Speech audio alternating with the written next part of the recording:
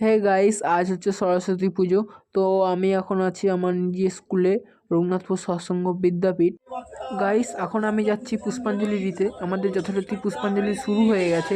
তো তো গাইস, আমিও পুষ্পাঞ্জলি দিতে চলে গেলাম।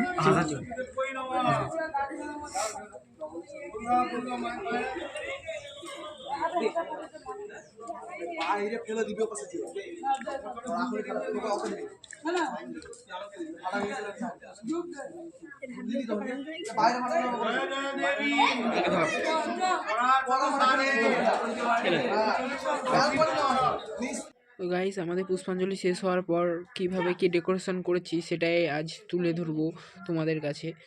হ্যাঁ, আমরা অনেক পরিশ্রম করে এটা সাজিয়েছি, সকল ছাত্রছাত্রী মিলে আমরা এটা সাজিয়েছি। তো আমার তো খুব ভালো লাগছে, সকলেই বলছে এটা খুবই ভালো লাগছে। তো আমাদের স্যার বলবেন কেমন লেগেছে আমাদের ছাত্রছাত্রীদের সাজানো। স্যার এই ভালো লাগছে, স্কুলের পূজা খুব ভালো হয়েছে। হ্যাঁ, প্যান্ডেল ডেকোরেশন থেকে আরম্ভ করে সব দিক থেকে, এবং পুজোটা খুব সকালেও শুরু হয়েছিল এবং যথাসময়ে অঞ্জলি হয়েছে।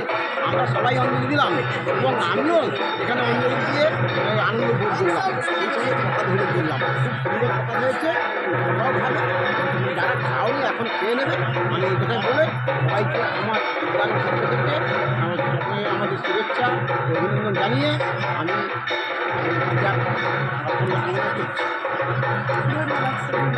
গাইস, এখন আমি যাচ্ছি আমার বন্ধুর কাছে। কষ্ট করে এটা করেছি, খুব কষ্ট করে। আপনারা সবাই আসুন আমাদের বিদ্যাপীঠে এই ঠাকুরটা দেখতে। আমরা খুব এনজয় করেছি পুজোয়। ওই আসুন, আর কিছুদিন বাদে মেলা রয়েছে আমাদের সঙ্গে, কমিটির সঙ্গে। সবাইকে উপভোগ করার জন্য জানাচ্ছি আমরা। সকলেই দেখতে পারলেন যে অনেকে অনেক মতো রিভিউ দিল, আমরাও খুব আনন্দ করছি। তো আপনারাও চলে আসুন আমাদের রঘুনাথপুর সৎসঙ্গ বিদ্যাপীঠে। তো এসে আমাদের ঠাকুরটা দেখে যান এবং এনজয় করুন। তারপরে আমরা খেতে চলে গেলাম মায়ের প্রসাদ ভোগ। তো সেই ভিডিওটাই আমি এখন দিচ্ছি তোমাদেরকে।